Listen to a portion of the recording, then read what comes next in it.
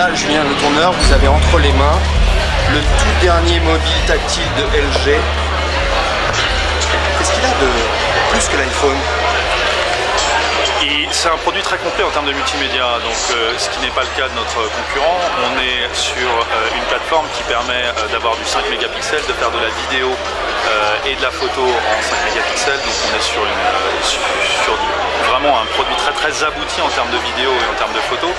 On a un partenariat avec Dolby Mobile, ce qui donne un son absolument remarquable. C'est vraiment un petit lecteur MP3 qui embarque 8 Go de mémoire en plus, et vous pouvez rajouter une extension de 32 Go de mémoire sur ce produit.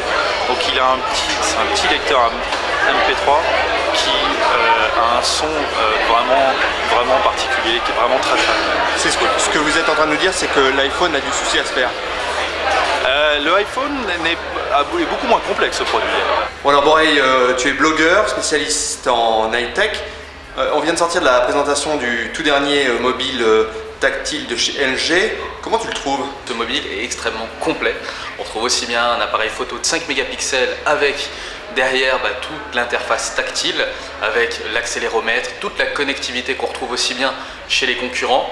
C'est un peu le téléphone que j'aurais voulu voir à la sortie de l'iPhone, tout simplement parce que cette année on a droit à avoir enfin des téléphones avec une interface utilisateur très sexy, très intuitive comme dirait LG, très rapide, etc. Et ça c'est effectivement, il se positionne clairement comme le concurrent de l'iPhone.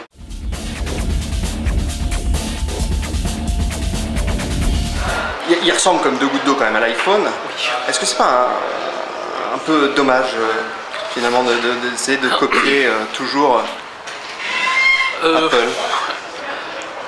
Disons que comme dans tous les domaines, on a une référence, on va essayer de faire à peu près la même chose. Ça veut dire qu'aujourd'hui l'iPhone est devenu la référence dans le mobile? Je pense que dans le monde tactile, des mobiles tactiles, l'iPhone est une référence. D'un point de vue purement esthétique, il y a des ressemblances avec l'iPhone, notamment sur les interfaces, sur le multi-bureau, sur ce genre de choses. Néanmoins, c'est un produit qui est un peu plus nomade.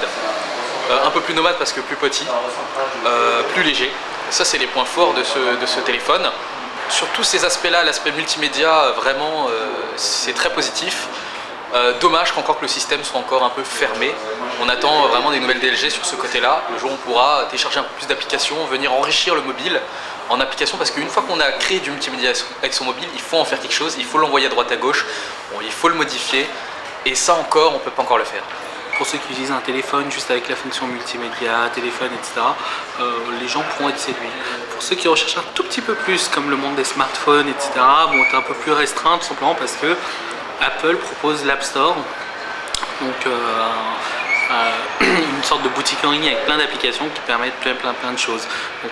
Donc LG a compris qu'en dehors du hardware, parce qu'ils étaient très bons en hardware jusqu'à maintenant, en dehors justement de la machine en elle-même, ils ont compris qu'il fallait un logiciel, un OS qui tourne correctement pour séduire l'utilisateur.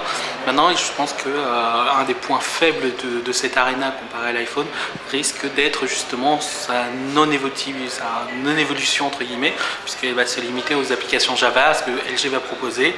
Et tant qu'il n'y aura pas ces applications supplémentaires que des éditeurs tiers pourront proposer, ça restera peut-être un frein pour les utilisateurs avancés. Bon alors, est-ce qu'il finalement il reçoit le bon point de Borey, le blogueur? Oui, il reçoit le bon point, parce que je pense qu'en termes d'ergonomie, c'est un grand pas, surtout en termes de réactivité. Jusqu'au jour d'aujourd'hui, aucun constructeur n'était capable de créer une interface aussi rapide, intuitive, etc.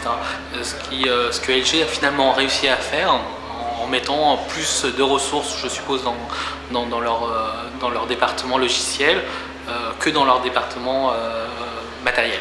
Finalement, ils ont rattrapé le retard? Je pense qu'ils ont rattrapé une bonne partie, oui. Mais ils n'ont pas pris d'avance? Mais ils n'ont pas pris d'avance, pas encore. Merci beaucoup. Mais de rien, à bientôt.